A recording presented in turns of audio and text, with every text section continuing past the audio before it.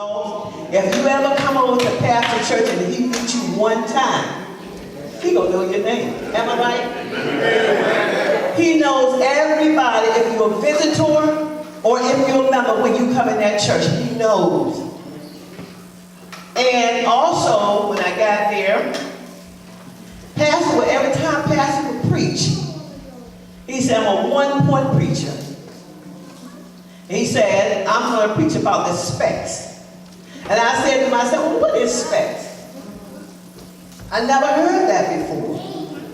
And then the pastor went on and explained to us what the specs were. When I got into the Bible study class, I'd never done that before. We had to go into the Bible and find the specs.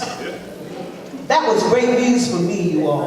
That was great news because I could not find a spec. I didn't know what a spec was. I'm serious. When he started doing that and when we started doing Bible study class, we had to find a spec in the Bible. You had to find a spec, which was a command. Okay? You had to find a promise, am I right? And you had to find a sin in there, a command and all that. Then I started to realize what the Bible was all about. I'm so grateful for my pastor. You all read the Bible and my pastor and all that. And that's not all about my pastor. You cannot come to HUBER and just sit there. All right? He will ask the congregation, do you need a ride? That's right. He said, if you can get to HUBER, what can we do, HUBER? We can get to home in more ways than one. And so we use all these people to get people home. And that's not all about our pastor. In HUBER Church, he don't make you come to be a Bible student. But before you can get on anything in there, you're going to be a Bible student. Before you can teach or anything in there, I love that. I didn't know anything about that until I got to HUBER. It's so much that I can go on and on and on. And you know what else? Every once in a while, the pastor will send you a note. How you doing? Keep on doing what you're doing. Me and my family are praying for you. And guess what he'll put in that note? I could go on and on, but I'm not. Pastor, this is okay. Thank you all for inviting us.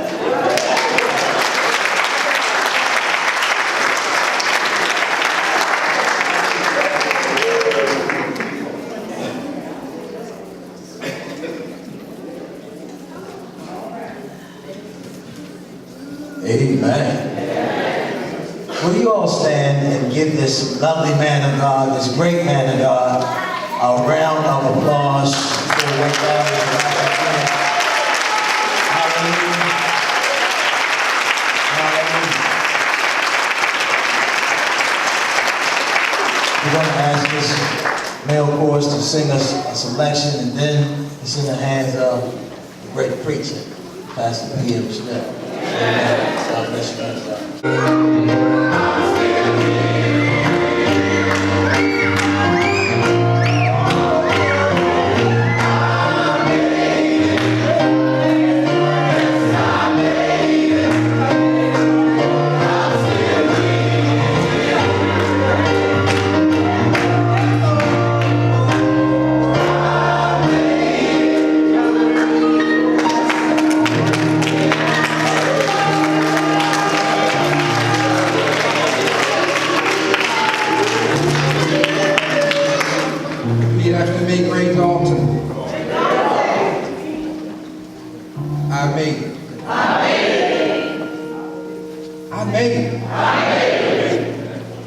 We still here.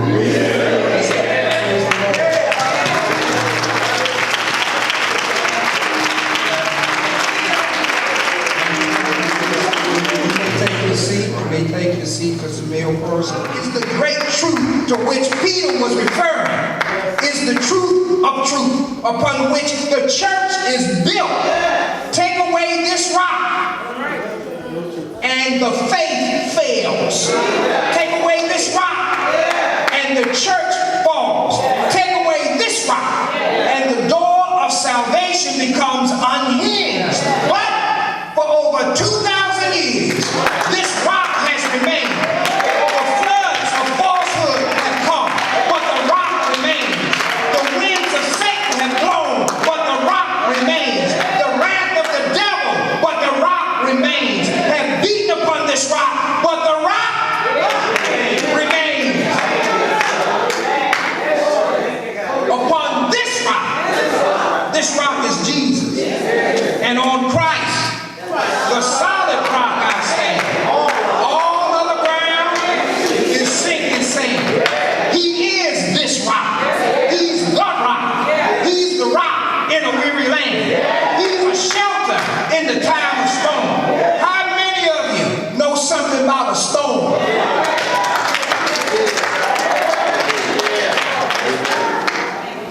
I was talking to a saint not too long ago, and she was testifying how her mother raised 12 kids.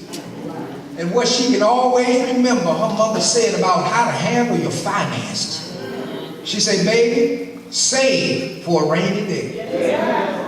She said, I'm 82 now, but I discovered there's a difference between a rainy day and a stormy day. He said, and that advice has held me steady through both. How many know what a rainy day feels like? Oh, it rained for the last couple of days. But a stormy day, still flooding in Houston. Still flooding in Florida. Are you listening to me? All I'm saying is that He is the one that we can stand on. He's our shelter in the dead storm. In times like this, we need a Savior. In times like this, we need an anchor. Be sure, be very sure that your anchor holds and then grips. This rock is Jesus. Help me, Father. He's the one. This rock is Jesus, the only one. Be very sure. Be very sure. Your anchor holds and grips the solid rock. Sometimes I try, but I can't hold. I can't hold on to him. That's when He holds. He holds on to me. And when He holds on to me, I just hide. I hide myself. Rock of ages, cleft for me. Let me hide myself in thee. Let the water and the blood from thy wounded side which flow be of sin a double cure. Save from wrath and make me pure. And then this last part. While I draw this fleeting breath, when my eyes shall close in death, when I saw to worlds unknown, see beyond thy judgment throne, rock of ages, rock of ages, rock of ages, cleft for me. Just let me hide myself in thee. Let me hide myself in thee. If I can just get to the rock and get in the rock, I don't have to hold on to him.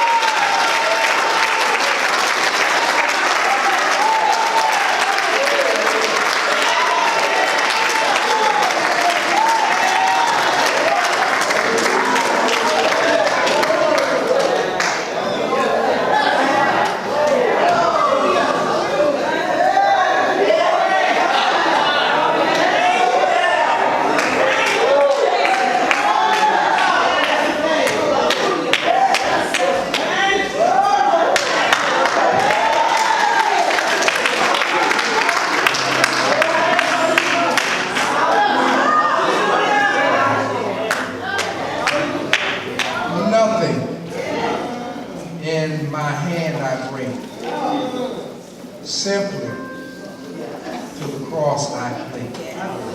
Naked, come to thee for dress. Helpless, look to thee for grace.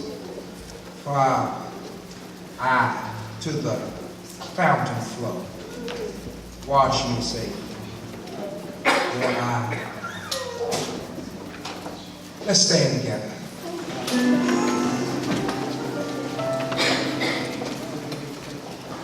Let's stand together. Pastor has given me the privilege to extend the invitation, and it's twofold.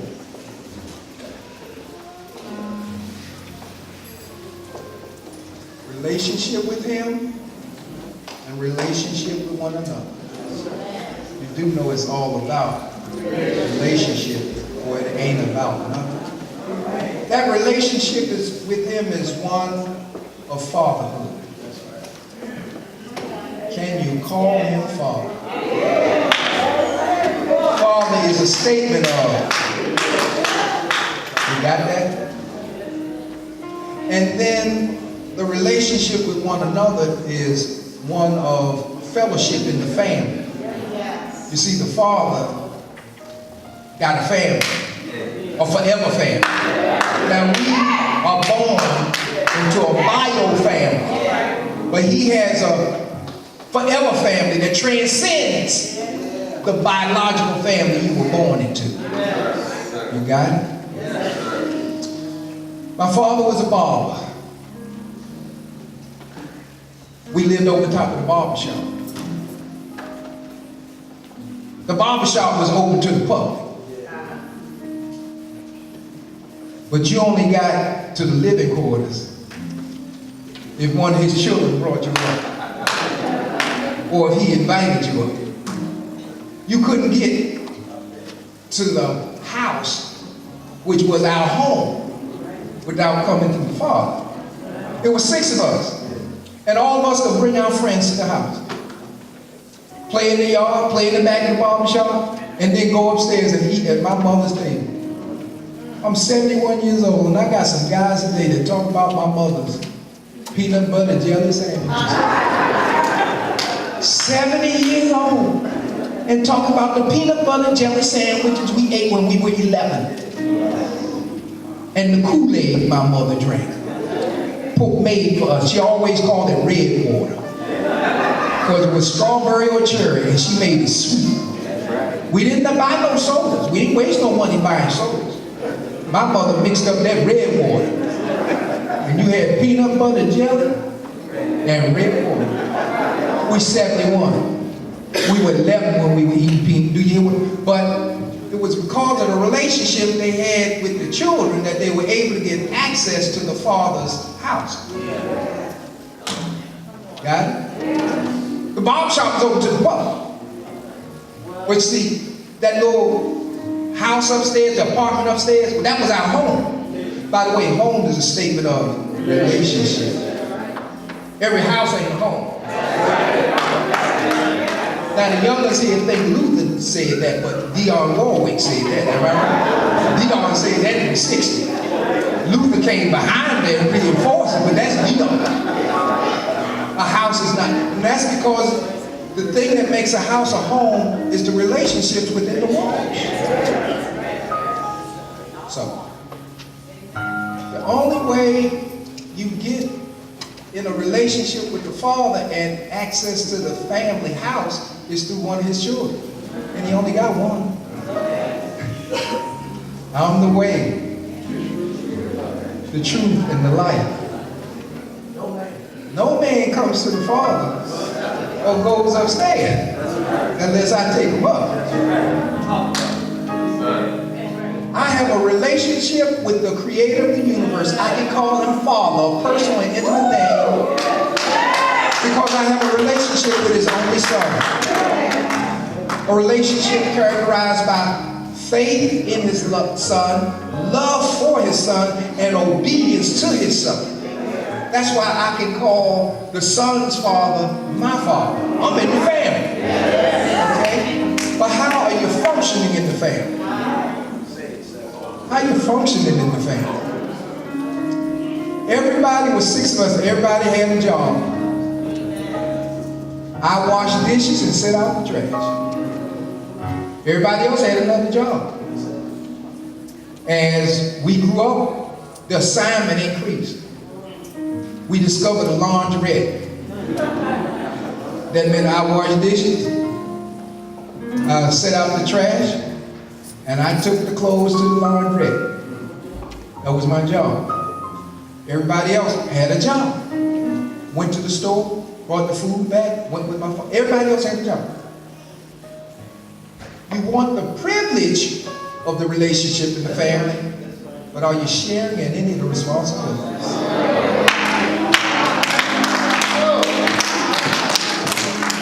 So it's a twofold invitation. Relationship with the Father and finding your fit in the family. When you find your fit in the family, you enjoy both the privileges of being a part of the family, and you even enjoy sharing in the responsibilities. Right? Because you're making contributions to family life. So, twofold invitation. Number one, to the Father. I can call the Almighty God of the universe Father because of my relationship with His only Son. Faith in His Son. Love for His Son and obedience to His Son. You got that? Write that down. And then I found my place in the family. I found my fit. I'm good.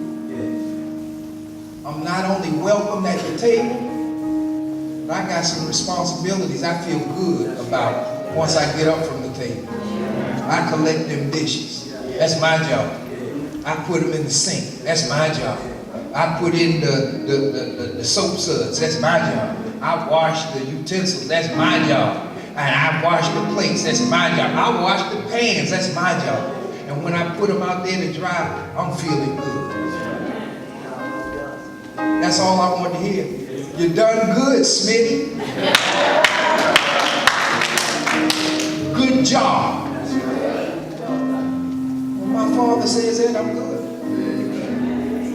You are washing dishes? Yeah. It's my job. And I'm good at it. In fact, my father don't want nobody else to wash it but me. Twofold invitation. Relationship, vertical and singular with the Father. Relationship, horizontal and plural with His forever family. If you can say Father and family, relationship, if you can say Father, statement of relationship, family, statement of relationship. He's my Father and I'm in the family. If you can say Father and family, statement of relationship, statement of relationship. When I count to 3, take your seat. When I count to 3. And once you take your seat, thank you. And because you're so grateful, I want you to call the name of somebody you know and love who don't know Him as Father and ain't in the family. There's somebody at your house waiting for you to get home. They don't know Him as their Father. Now they in the Bible family, but they not in the Father's forever family. Listen, are you listening? You left somebody. You can find somebody. So, if you can say Father and family, take your seat, thank you, and then call the name of somebody that you will pray find their way in the family. Got it? So here we go. I'm counting to 3. 1, 2, 2.5. I see you. 3.